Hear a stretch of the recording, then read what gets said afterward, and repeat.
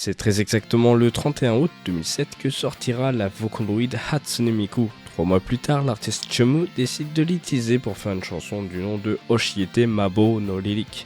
Le moins qu'on puisse dire, c'est que même si ces vidéos ont un certain succès sur la plateforme Nico Nico, nous ne sommes pas face à des titres emblématiques. Cependant, Chemu n'en reste pas moins un pilier dans ce que sont les Vocaloid à l'heure actuelle. En effet, au-delà de composer de la musique sur la plateforme Nico Nico, on lui a souvent demandé de faire des musiques pour des jeux comme Hatsune Miku Project Diva ou des démos pour de la promotion comme le logiciel Synthetizer 5 ou même le logiciel Vocaloid.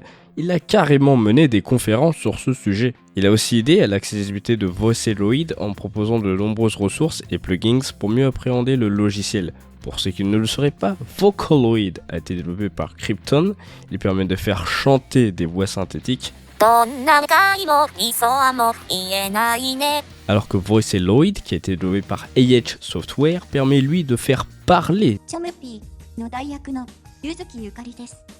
des voix synthétiques, ce qui n'est pas la même chose car il y a notamment un paramétrage autour de l'émotion. D'ailleurs pour cette raison qu'il existe une banque sonore de Yuzuki Yukari à la fois pour Vocaloid et Vocaloid. Enfin, c'est le principe de base car en réalité avec des plugins et un peu de jeu on peut techniquement faire chanter des Vocaloid comme il est techniquement possible de faire parler des Vocaloid, même si ce n'est pas conseillé. Bref, il faut comprendre que le monsieur Chemu a un très joli CV. Je pense que l'un des événements les plus marquants est sa collaboration avec la police métropolitaine de Tokyo pour travailler sur l'aspect sonore de l'application Digipolice. Cette application sortie en 2016 est un véritable avènement car elle répond à une problématique japonaise, à savoir l'attouchement dans les transports en commun des femmes perpétrées par des hommes. On parle de chikan. Petite précision, le terme chikan désigne à la base un attouchement non consenti réalisé par un homme.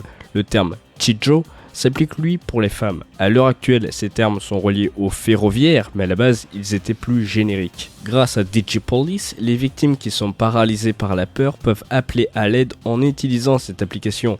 En effet, elle criera à la place de la personne en danger et enverra une notification aux personnes alentours pour qu'il y ait une réaction.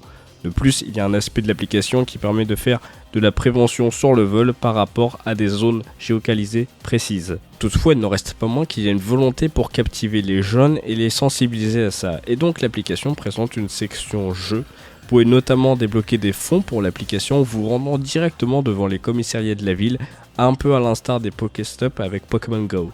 Enfin, on touche au sujet. Il y a un lexique du langage de l'arnaque, à savoir le Sagi Kaleta, et elle n'est lue rien d'autre que par Yuzuki Yukari, car oui, officiellement parlant, Yuzuki Yukari fait partie de la police japonaise et aide à la prévention.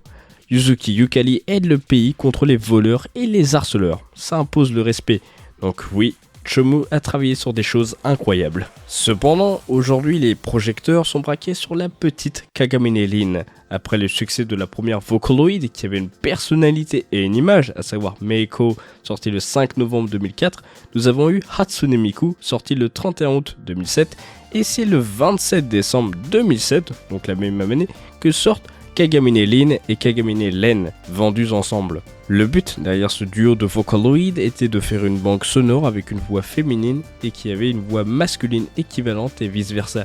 Il y a pas mal d'idées reçues sur la relation qu'entretiennent ces deux-là.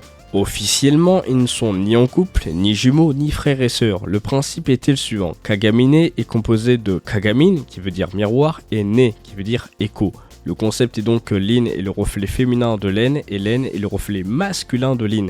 D'ailleurs, l'un est associé à la gauche et l'autre est associé à la droite, car ça fait un lien direct avec le stéréo, donc c'est ensemble qu'il ferait un tout complet. Je pense que la meilleure interprétation qu'on puisse avoir de ces deux-là serait celle d'une âme coupée en deux, comme le déclarait Wataru Sasaki, le développeur de Vocaloid. Après, rappelons que les créateurs font ce qu'ils veulent des personnages dans leurs chansons, mais sachez de base qu'ils n'ont pas de véritable relation comme on l'entend. Désormais, nous pouvons passer au sujet du jour. La chanson qui nous intéresse est Pantsu no Golden, Man de Chemu, sorti le 6 juin 2010 sur Nico Nico et qui a fait 525 000 vues. C'est le premier clip animé de Chemu.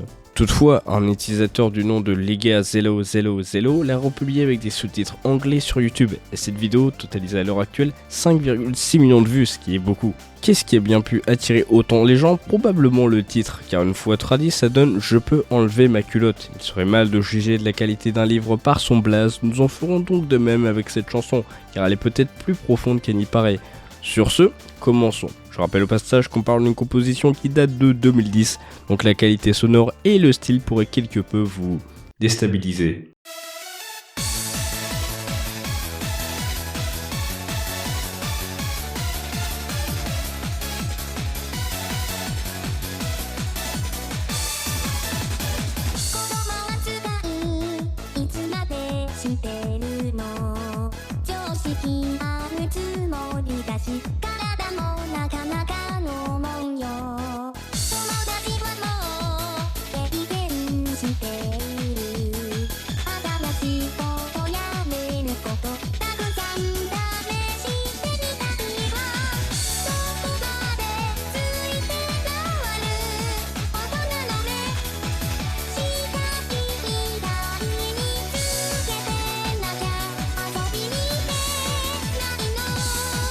La protagoniste de cette chanson semble être Lin, malgré la couleur des yeux, ce qui serait logique car Chome avait pour habitude d'illustrer ses chansons avec directement les Vocaloid. On remarque que le côté enfantin de Lin est très appuyé car à la base elle a 14 ans, mais avec cette coiffure elle fait très juvénile et donne l'impression d'avoir 12 ans.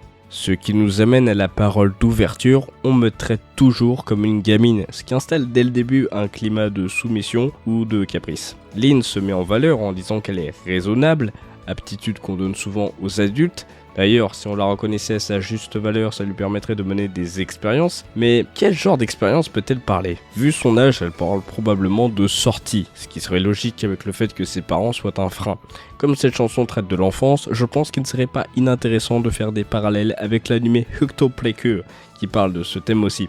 Dans l'un des épisodes, nous suivons les héroïnes avoir une approche du travail et donc par conséquent le monde des adultes, par le biais d'une expérience courte. Ce qui pourrait aussi être le cas de Lin, même si elle semble déjà s'estimer responsable.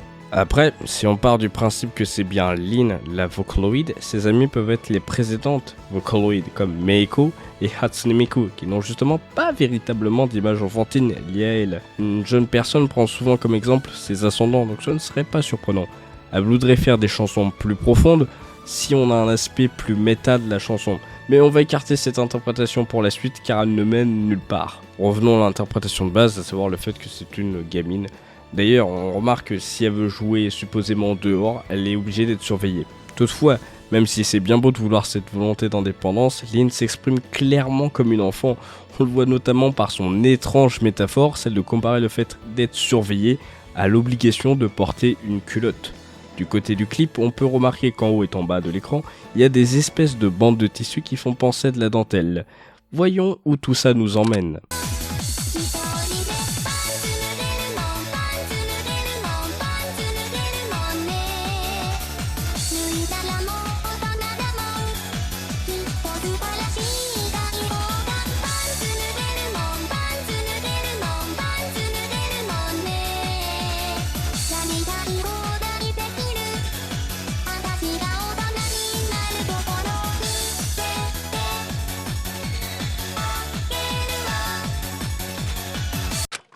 On comprend donc mieux le titre de la chanson. Lin aimerait être considérée comme une grande personne et compare le fait d'être une enfant au fait d'être obligé de porter des sous-vêtements.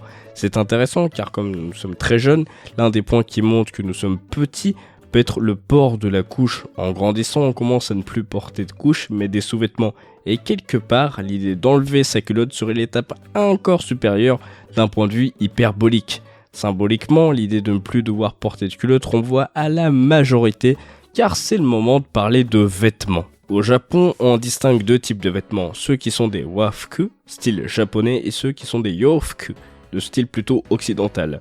À l'heure actuelle, les japonais portent avant tout des habits de type yofuku, car ils sont à la mode et abordables. Les vêtements wafuku sont portés lors de grandes occasions comme des cérémonies ou des festivals, alors qu'avant la Seconde Guerre mondiale, les japonais ne portaient quasiment que des vêtements wafuku. Pour les femmes, c'était notamment des kimonos qui traditionnellement se portent sans culotte, mais on le tolérait pour les enfants. Cette métaphore ne sort donc pas de nulle part, car littéralement ne pas porter de culotte était une preuve d'être une adulte, ce que Lin associe à la liberté et le droit de faire ce qu'elle veut.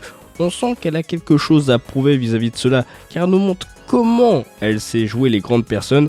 Elle a une sorte de complexe quelque part. Un peu comme certains adolescents et adolescentes qui montrent qu'ils sont adultes car ils savent s'occuper d'enfants plus petits qu'eux. Du côté du clip, on trouve une explication bande de dentelle qui parsème l'écran de haut en bas. C'est une référence directe à la culotte d'adulte. En effet, les culottes enfantines ne présentent pas de design aussi complexe comme on le voit dans le clip. On peut même encore retrouver deux bandes de dentelle à un autre moment. Cette image semble suggérer que lorsque Lin enlève sa culotte, car elle pense littéralement que ça fait d'elle une adulte, elle est dans sa chambre, ce qui prouve qu'elle n'assume pas son acte car elle a peur, ce qui manifeste une crainte du fait de devenir adulte même si elle le cache derrière une grande assurance.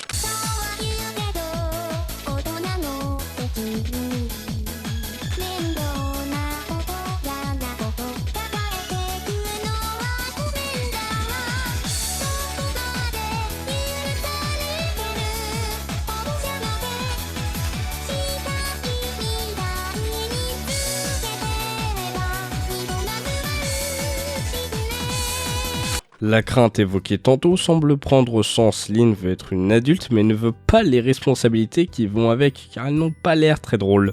On retrouve cette dimension de secret et recherche de l'intimité quand elle dit que les parents fouillent partout et que de toute évidence il serait préférable qu'elle n'ait pas de responsabilité, ce qui se manifeste par le fait de garder ses culottes.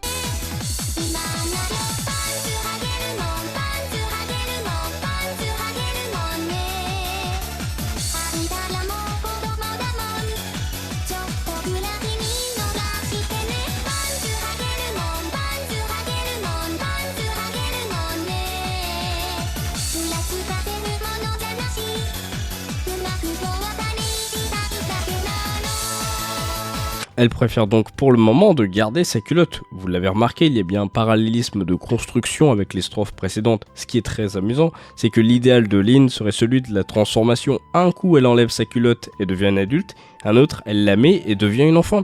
Ce qui est fascinant là-dedans, c'est que normalement, être adulte, c'est irréversible. En effet, dès qu'on a 20 ans au Japon, on a le Hatachi. Il y a donc un rite au passage à l'âge adulte, le Seijin Shiki.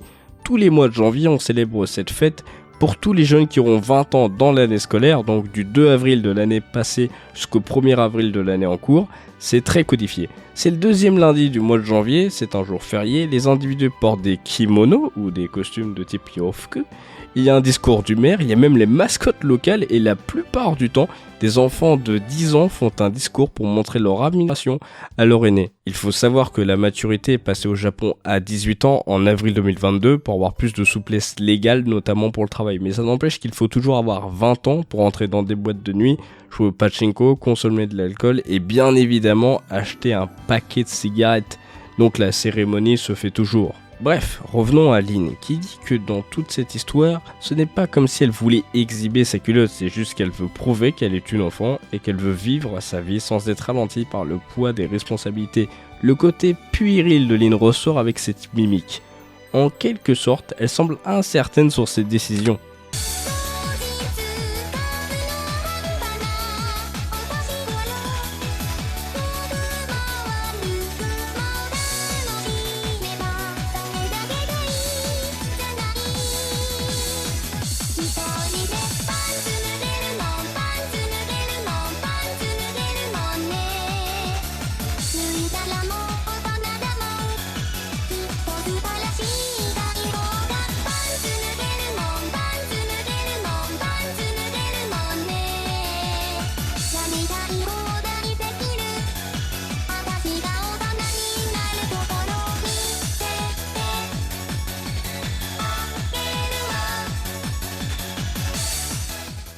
Pour cette fin, on voit donc que Lin a un moment de lucidité car les bandes deviennent blanches, couleur qu'on associe à la pureté et qui est une couleur sacrée.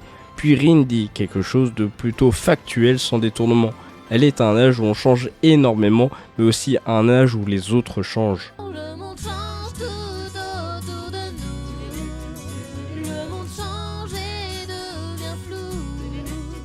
ce qui induit des bonnes choses et hélas aussi des mauvaises, mais au final, tant qu'elle reste heureuse, n'est-ce pas tout ce qui compte? L'adolescence est une phase rarement bien vécue, mais elle forge toujours de solides souvenirs qui deviendront des sources de détermination bien plus tard, mais surtout des sources de réconfort. C'est ainsi que s'achève Pantsu Nugeleman. Au final, cette chanson est un jeu. Lin s'amuse avec le fait qu'elle ne soit pas une adulte, même si elle en devient une petit à petit. Elle préfère rire de la situation plutôt que de la considérer comme effroyable, ce qui est ironiquement un mode de pensée très mature pour son âge et la rapproche davantage d'une adulte. Elle peut paraître capricieuse sur certains abords, mais cela révèle juste une crainte vis-à-vis du monde des grandes personnes. En réalité, est-ce qu'accepter l'enfance ce n'est pas l'ultime acte à faire pour devenir adulte ? Quand nous sommes jeunes, notre seul but est de devenir grand le plus vite possible, car on a l'impression d'être privé de quelque chose, et quand on devient grand, un retour à la nostalgie pointe souvent le bout de son nez. Personne sur Terre ne dira que l'âge adulte est plus amusant que l'enfance, car toute la dimension de l'insouciance s'envole, alors qu'elle nous protégeait des impuretés du monde, car on ne les comprenait pas, il y avait une barrière. Il est donc temps de faire un parallèle supplémentaire pour avoir une vision plus large. Jusqu'ici, nous parlons de l'adolescence, voire de l'enfance quand ça allait bien. On pouvait se permettre de souhaiter d'être adulte, mais il est temps de se pencher sur une vision beaucoup moins optimiste. Parlons un peu de 15 ans de Philippe Labro, publié en 1992. Au cours de l'histoire, nous est présenté le personnage d'Anna, fille pour laquelle on pince le protagoniste. Elle se démarque par sa maturité et sa culture, là où le protagoniste a plus de mal à ressortir du lot comparé aux autres jeunes garçons. Cependant, nous apprenons qu'assez tôt, Anna a voulu goûter au fruit délicat qui est celui de l'amour, sujet qu'on ne cesse de croiser dans la littérature, le cinéma, la musique, le jeu vidéo, la peinture, etc. Encore jeune, elle est attirée par un homme plus vieux qu'elle, qui a su la charmer car il a profité de cette naïveté, de cette insouciance qu'induit l'adolescence. Un beau jour, l'homme n'est plus intéressé par elle, cherchant potentiellement une nouvelle proie facile, ce qui nous amène aux phrases suivantes. Mais ce ne lui avait pas fait mal, elle n'avait pas souffert comme on dit. Elle était trop jeune pour regretter l'anéantissement d'un espoir de vie, la vie d'un être qu'elle n'avait jamais désiré. Mais elle n'était pas assez âgée pour se persuader qu'elle ne serait pas différente après, et que rien n'avait changé, si tant est que, à quelque âge que ce soit, un tel acte ne puisse jamais se passer dans l'indifférence. L'enfance peut nous aveugler face à certaines choses, mais d'autres restent indélébiles. Un adulte sait ce qu'est l'enfance, alors qu'un enfant ne sait pas ce qu'est qu'être adulte. Il y a donc un déséquilibre et une possibilité, hélas, d'abus. La question à ma réponse serait donc oui, de toute évidence. Cependant, une seconde question découle de cette affirmation. L'enfance est-elle une période durant laquelle nous sommes en danger ? En effet, est-ce qu'au final cette insouciance ne serait-elle pas source de danger ? Elle nous serait nuisible ? Il est difficile de le confirmer car certes, l'enfance est une étape obligatoire, mais la réponse de si c'est une période durant laquelle on est sans défense semble être oui, malgré tout. De ce point de vue, vouloir la quitter le plus tôt possible devient cohérent. Ce qui est intéressant, c'est que nous avons parlé de l'adolescence et de l'enfance avant 1992 et en 2010. Les approches ne sont plus les mêmes en 2022. Et qu'est-ce qu'elles sont d'ailleurs ? Il y a un changement majeur qui a eu lieu, la démocratisation des réseaux sociaux, mais surtout on commence à avoir du recul vis-à-vis de ces derniers, chose impossible en 2010. La surutilisation des réseaux sociaux et leur accessibilité très tôt créent des troubles, mais rien n'indique que nous serions face à une disparition de l'enfance, ce qui n'est pas une bonne chose non plus, car les enfants d'aujourd'hui sont plus susceptibles de développer des troubles, mais n'en reste pas moins des enfants. La chose qu'il faut noter, c'est qu'un adulte aussi peut développer une addiction, mais des problèmes que ça peut générer auront moins d'impact qu'il n'aurait sur un enfant. Par exemple, développer un trouble alimentaire du type anorexie alors que l'enfant est en pleine croissance, cela aura plus d'impact qu'un adulte qui développe un trouble similaire, même si, attention, ce n'est pas une raison pour autant de l'ignorer. Il y a aussi un problème de sexualisation des jeunes filles sur les réseaux, et c'est intéressant car pour faire cette vidéo, j'ai lu les commentaires publiés sous la version traduite en anglais et beaucoup interprétaient la chanson comme quelque chose de sexuel et qui ferait écho à la perte de la virginité, et je l'ai lu à plusieurs reprises, alors que les paroles ne laissent aucun doute sur leur fond. On ne peut même pas dire qu'il y a une ambiguïté. À mon avis, les gens ne sont pas allés plus loin que les préjugés à cause du titre. Alors oui, il semble qu'au Japon et d'autres pays, il y a une véritable fascination pour la culotte en elle-même plus qu'autre chose dans certains cercles de niche. Par exemple, il existe des bars où pour le prix d'un bras, vous pouvez demander à une serveuse de se mettre debout sur une table pour qu'elle vous montre sa culotte, mais c'est juste pour regarder, pas le droit de toucher. Il y a aussi des jeux comme Panty Party, d'origine taïwanaise, qui est vraiment centré sur la culotte. Sinon il y a Galgun VR, d'origine japonaise, où le but est de prendre en photo des culottes, mais cela ne va pas plus loin. C'est assez particulier, on parle d'outils de fantasme. Qui est fantasmé ? Je pense sincèrement que Pantsu no Golemon n'a rien à voir avec ça et que les gens ne font que surinterpréter en oblitérant volontairement certaines phrases de la chanson. Un peu à l'instar de Just Be Friends de Dixie Flatin, faites l'expérience autour de vous et demandez aux gens quel est le sujet de la chanson. S'ils répondent la Free End Zone, c'est qu'ils n'ont rien compris des paroles. Bref, on laisse peu de place à la nuance et la réflexion de nos jours. Cette chanson permet de remettre certaines pendules à l'heure, donc pour conclure, l'enfance est une période dont il faut profiter. Le but du jeu n'est pas de s'en débarrasser le plus tôt possible. Au contraire, il faut savoir s'amuser et ne pas hésiter à réclamer certaines choses pour avoir plus de liberté dans la limite du raisonnable. En ce qui concerne les adultes, leur objectif doit être de protéger ces individus et non en profiter. Toutefois, l'enfance change au cours du temps et qui sait à quoi elle ressemblera dans notre société moderne d'ici plusieurs années. En effet, j'ai traité le sujet depuis mon œil de français, mais rappelons que dans certains pays, on ne donne même pas la chance à l'enfance d'exister.